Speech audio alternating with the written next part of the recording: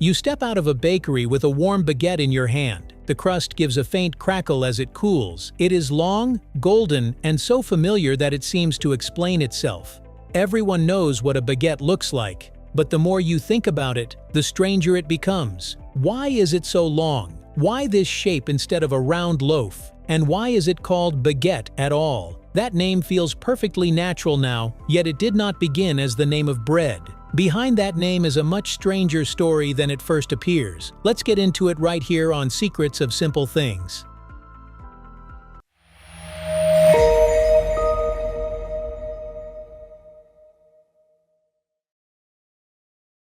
Before it meant bread, it meant a stick. The first surprise is linguistic. In French, baguette originally did not mean a loaf of bread. It meant something small and elongated, a little rod, a slender stick, a thin staff. Over time, the word appeared in several related settings.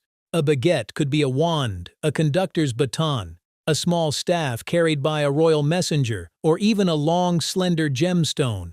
The details changed, but the basic idea remained the same. The word was not about flavor, ingredients, or baking. It was about shape. That is more revealing than it sounds. We often assume that names begin with what a thing is for or what it is made of. But sometimes a name begins with the simplest thing the eye can catch before the mind knows anything else. Sometimes names begin with shape before anything else. And in this case, what the eye understood was very simple.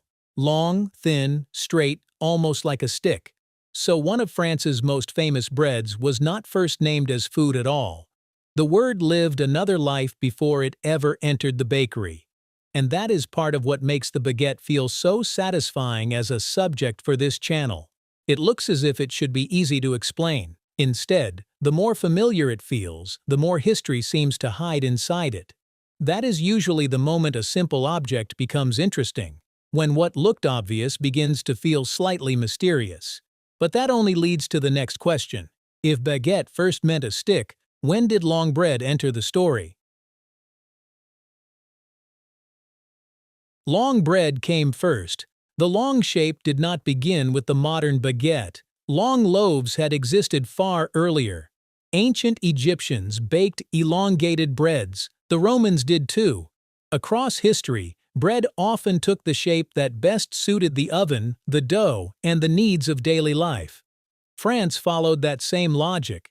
By the 1600s, French bakers were already making long loaves, though they were not yet what we now imagine as the baguette. Some were known by simple names like pain long, meaning long bread, or pain béton, meaning stick bread. The shape was already familiar in French baking before the famous name attached itself to it. And that shape had practical strengths. Long loaves could bake more evenly, especially in deep stone ovens heated from the sides. They were also easier to handle in traditional baking spaces. In some cases, they grew remarkably long, reaching 5 or even 6 feet, looking less like compact table loaves and more like long baked staffs fresh from the oven. So the form came first, the name came later. When bread was not just food, to understand that moment, we have to look at bread the way France often did. Not just as food, but as something tied to household budgets, working lives, and public stability. For much of French history, bread mattered too much to be ordinary. It fed workers, anchored daily meals, and took up a meaningful share of what families spent. That meant the price of bread was never just an economic detail. When bread became scarce or too expensive, frustration could spread quickly. What began at the table could turn into something much larger. That is why bread drew the attention of the state. In France, it was watched, regulated, and treated as something too central to daily life to ignore. Then came an important shift in 1920. Labor laws restricted how early bakers could begin work. That changed the rhythm of the bakery, because large round loaves took longer to prepare and longer to bake. Under the new schedule, they became harder to get ready in time for the morning crowd. A long, thin loaf fit that rhythm better. It could move through the oven faster and reach customers earlier in the day. This did not create the long loaf. It made that loaf newly important. And once that long, fast, practical bread became more common, the language was ready for it. The day the word settled on the loaf. By the early 20th century, French dictionaries began recording baguette as a type of bread. That matters because the loaf itself can feel much older than the meaning we now attach to its name. The bread seems timeless, but the modern culinary sense of the word is relatively recent. The word had already existed for something slender and stick-like. What changed was that this loaf had now become familiar enough for the old word to settle naturally onto it. That shift is easy to miss because it happened so quietly. No dramatic invention, no single theatrical moment.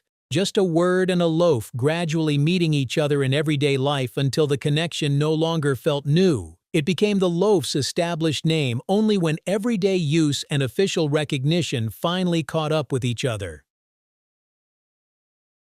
From practical bread to French identity. Once the baguette proved useful, it began settling into everyday life. The reasons were simple. It baked quickly. Bakers could produce many of them. It was easy to carry home, easy to tear and share, and easy to fit into ordinary meals. Its crust brought that crisp crackle people love, while the inside stayed soft enough for butter, cheese, or a sandwich. It was affordable, practical, and satisfying in a way people could return to again and again. It also fit the rhythm of daily eating unusually well. A baguette could sit beside soup, appear at lunch, hold a sandwich, or simply be torn apart at the table with almost no ceremony.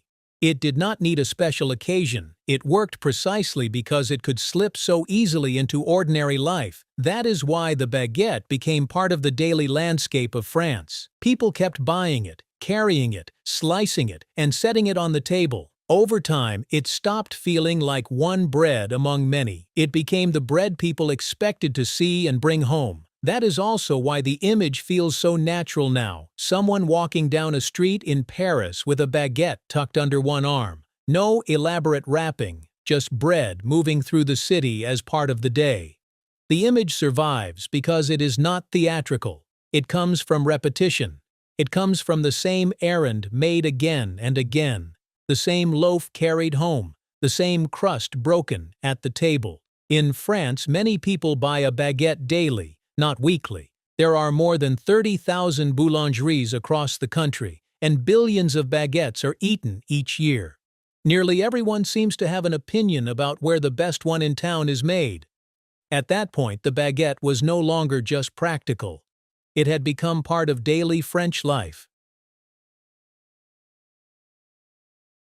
How France protected a simple loaf. That protection became official in 1993 when France set rules for what could be called a traditional French baguette.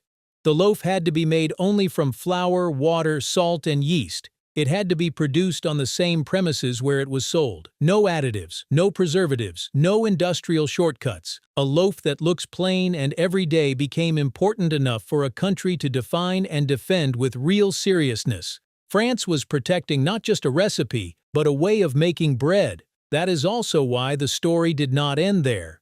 In 2022, UNESCO added the artisanal know-how of baguette making to its list of intangible cultural heritage.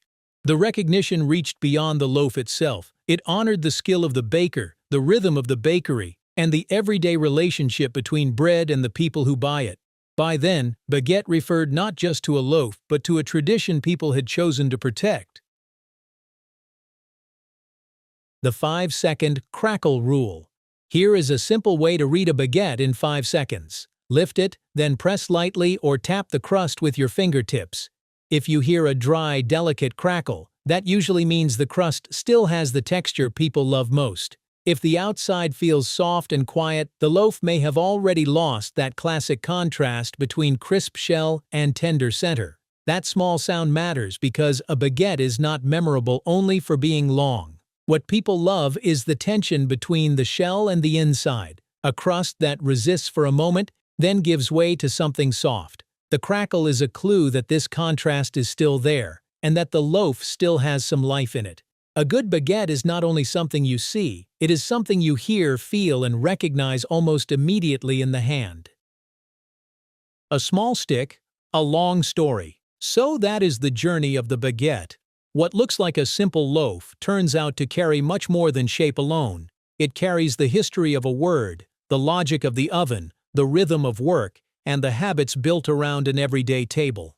And maybe that is why the baguette still feels larger than it looks.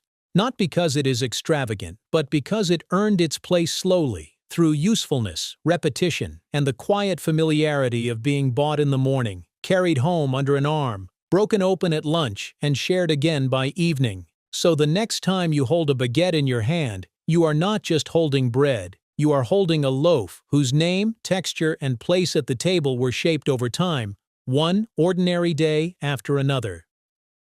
If this changed the way you see a baguette, tell me, before this video, did you ever think its name simply meant a stick? And if you enjoy uncovering the history hidden inside ordinary things, consider subscribing for more stories like this.